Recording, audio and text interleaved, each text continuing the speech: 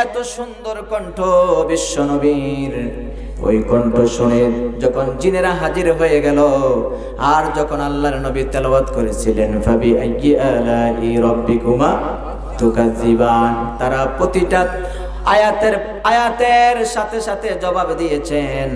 নবী যখন সাহাবীদের সামনে একদিন সূরা রহমান তেলাওয়াত করলেন, সাহাবীরা সবাই চুপচাপ শুনলো, কোনো জবাব দিতে পারে নাই। সেই দিন আল্লাহর নবী বললেন, ও সাহাবীরা, জিনেরা যেই সুন্দর জবাব দিল, তোমরা তো সেই রকম কোনো জবাব দিতে পারো নাই। আল্লাহু আকবার। আমার ভাইয়েরা, কোরআন পড়বেন, কোরআন তেলাওয়াত করবেন, কোরআন শুনবেন। কোরআন তেলাওয়াত যারা জানেন তেলাওয়াত করবেন, যারা জানেন না কোরআন কান লাগাইয়া শুনবেন, যারা শুনতে পারেন না কোরআনের আয়াতের দিকে তাকাই থাকবেন। কোরআনের দিকে তাকাই থাকবে যতক্ষণ, তার আমলনামায় নেক লেখা হবে ততক্ষণ। এই পৃথিবীতে তিনটা জিনিস আছে, তিনটা বস্তু আছে, তাকাই থাকলেও সওয়াব হয়। কোন আল্লাহু আকবার। তিন বস্তু আছে তাকাই থাকলেও সওয়াব হয়। এক নম্বরে হলো কাবা ঘর, বাইতুল্লাহ। কার ঘর? জোরে বলেন না, কার ঘর? বাইতুল্লাহ। হজ করতে গিয়েছেন, হজে গিয়ে আল্লাহর ঘরের সামনে দাঁড়িয়ে বললেন, আল্লাহ আমি লেখাপড়া নাই, আমার কোনো শিক্ষা দীক্ষা নাই, আমি আপনার ঘরের সামনে হাজির হয়ে গেলাম।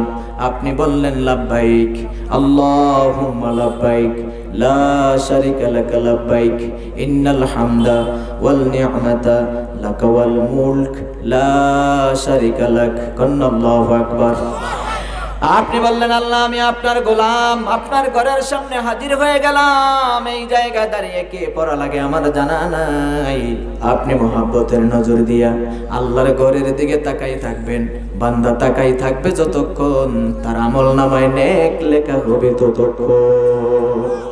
যেই ঘরের উপরে প্রতিদিন 120টা রহমত নাজিল হতে থাকে। কোন আল্লাহু আকবার। দুই নম্বরে হলো কোরআনুল কারীম। কোরআনুল কারীম তেলাওয়াত জানে না এমন কপাল পোড়া আছে না নাই? আরে কি নিয়ামত, তেলাওয়াত করতে জানে না, পড়তে জানে না। যারা তেলাওয়াত জানে না, পড়তে পারে না, আপনি ভালোবাসার নজর দিয়া কোরআনের আয়াতগুলি খুলে আয়াতগুলির দিকে তাকাই থাকবেন আর বলবেন, আল্লাহ কি নিয়ামত জমিনে দিলা, আমি তো লেখাপড়া জানি না, তেলাওয়াত জানি না। মহব্বতের নজর দিয়া আল্লাহর কোরআনের আয়াতগুলির দিকে বান্দা তাকাই থাকবে যতক্ষণ, তার আমলনামায় নেক লেখা হবে ততক্ষণ। যুবক ভাইরা ভালো করে কান লাগাইয়া শোনেন, সকল যুবকদের হাতে হাতে মোবাইল ফোন আছে না নাই? অ্যান্ড্রয়েড সেট আছে। আপনারা হাবিজাবি গান বাজনা না শুনে, সিনেমা নাটক না দেখে, ফেসবুক না দেখে, সারা রাত জেগে জেগে ইন্টারনেটে ঢুকে পর্নোগ্রাফি দেখে রাত কাটাই দেয়, আছে না নাই?